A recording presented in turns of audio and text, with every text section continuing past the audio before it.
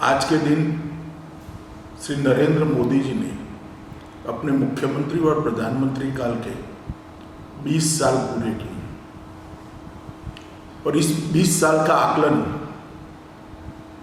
राजनीतिक दृष्टि से और इसका विश्लेषण राज्य और देश के विकास की दृष्टि से करें तो कई चौंकाने वाले तथ्य हमारे सामने आते हैं। इसके कई डायमेंशन हैं। मैं ज़्यादा बात करना नहीं चाहता, परंतु इतना जरूर कहना चाहता हूँ कि ये 20 साल कुल मिलाकर संविधान निर्माताओं ने जो कल्पना की थी कि मल्टी पार्टी डेमोक्रेटिक सिस्टम की मर्यादाओं के अंदर ही कल्याण राज्य की रचना कैसे हो सकती है, उसको चरितार्थ करने में श्री नरेंद्र मोदी जी का नेतृत्व सफल रहा है। नरेंद्र मोदी जी जब राज्य के मुख्यमंत्री बने, गुजरात के मुख्यमंत्री बने, वो कालखंड ऐसा था कि देश में मिली जुली सरकारों का समय चल रहा था। बड़े लंबे अरसे से कोई एक दल की सरकार नहीं आई थी। उसके बाद भी 10 साल तक मिली जुली सरकारें रहीं, कोई एक दल की सरकार नहीं हुई। परिणाम क्या हुआ? बेहिसाब भ्रष्टाचार, तुष्टीकरण के कारण सुरक्षा के साथ समझौते, रीढ़ की हड्डी बगैर की विदेश नीति और गरीब कल्याण की जगह गरीब को वोट बैंक समझकर चलाने वाली अर्थनीति। इसके परिणाम स्वरूप देश के अंदर एक प्रकार का लोकतंत्र के अंदर देश की जनता में अविश्वास जन्मा था कि क्या मल्टी पार्टी डेमोक्रेटिक सिस्टम के अंदर ये संभव है कि हमारे संविधान निर्माताओं का स्वप्न जो था कल्याण राज्य की स्थापना का, वो पूर्ण हो सके। पहले गुजरात और बाद में देश, दोनों जगह पे जब जनता ने मौका दिया, मोदी जी ने इसको चरितार्थ करने का प्रयास किया। गुजरात के अंदर जीरो डेफिसिट बजट दिए, सब पीएसयू को प्रॉफिट में लाकर पीएसयू भी अच्छे से चल सकते हैं, ऐसा विश्वास जगाया। गरीब कल्याण का एक नया मॉडल कि उसको टुकड़े नहीं फेंकने हैं, इसका सम्मान भी रहे, जीवन स्तर भी ऊपर आए और उसको रोजगारी भी मिले। इस प्रकार की योजनाएं लेकर नरेंद्र भैया है, चाहे वो आदिवासी हो, चाहे सागर किनारे रहने वाला मछुआरा भाई हो, सबके लिए सर्वस्पर्शीय सर्वसमावेशक विकास का एक मॉडल मोदी जी ने सबके सामने रखा। भ्रष्टाचार पर करारा आघात करा। सरहदी राज्य होने के नाते गुजरात की सुरक्षा को, सरहदों की सुरक्षा को सुनिश्चित किया और इसका परिणाम ये हुआ कि इसकी जो सुगंध फैली देश भर के अंदर 2014 के चुनाव में जब पार्टी ने मौका दिया मोदी जी को, प्रधानमंत्री पद का प्रत्याशी बनाया, देश की जनता चट्टान की तरह मोदी जी के साथ खड़ी हो गई और 30 साल बाद पूर्ण बहुमत की सरकार किसी एक दल को बनाने का मौका दिया।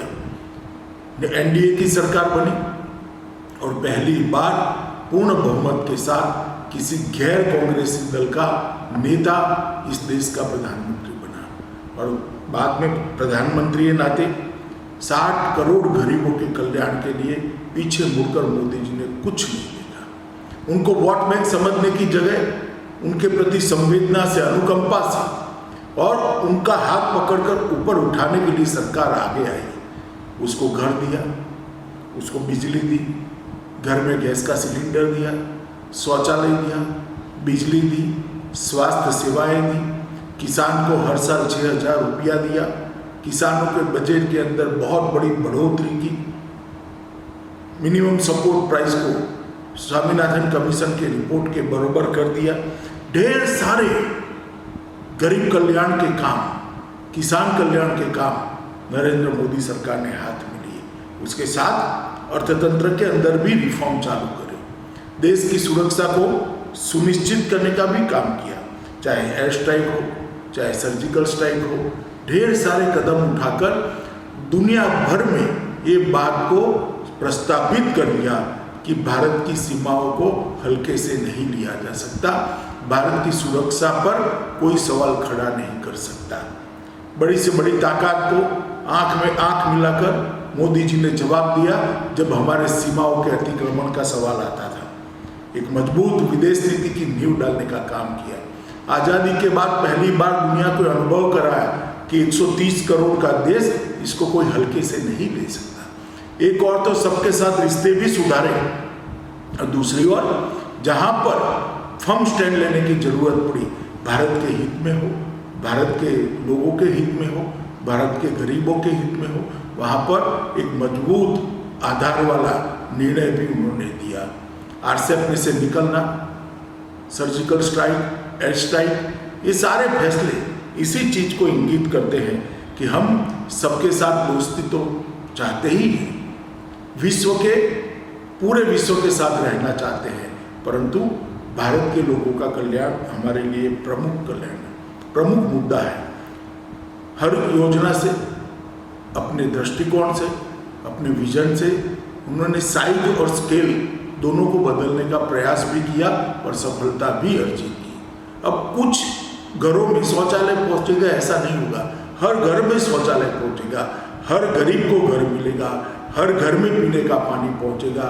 एक प्रकार से निर्णयों की साइज और स्केल को बदलकर एक नया आत्मविश्वास भारत की जनता में खड़ा किया।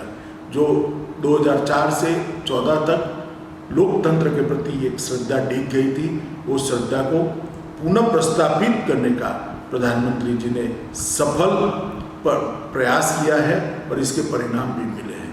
मेरा सौभाग्य है कि जब वो गुजरात में थे तब भी मैं उनका मंत्रिमंडल का साथी रहा, जब वो यहाँ प्रधानमंत्री बने पार्टी अध्यक्ष के नाते और बाद में कैबिनेट के साथी के नाते मुझे उन्होंने काम करने का मौका दिया।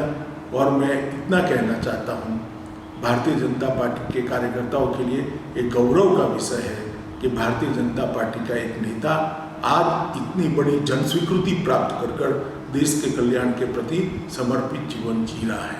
देश की जनता भी आज ये महसूस कर रही है कि हमारा नेतृत्व एक ऐसा व्यक्ति कर रहा है जिसका निजी कुछ नहीं है, केवल और केवल भारत का कल्याण, भारत का गौरव और भारत को समृद्ध और सुरक्षित बनाना ही उसका लक्ष्य है।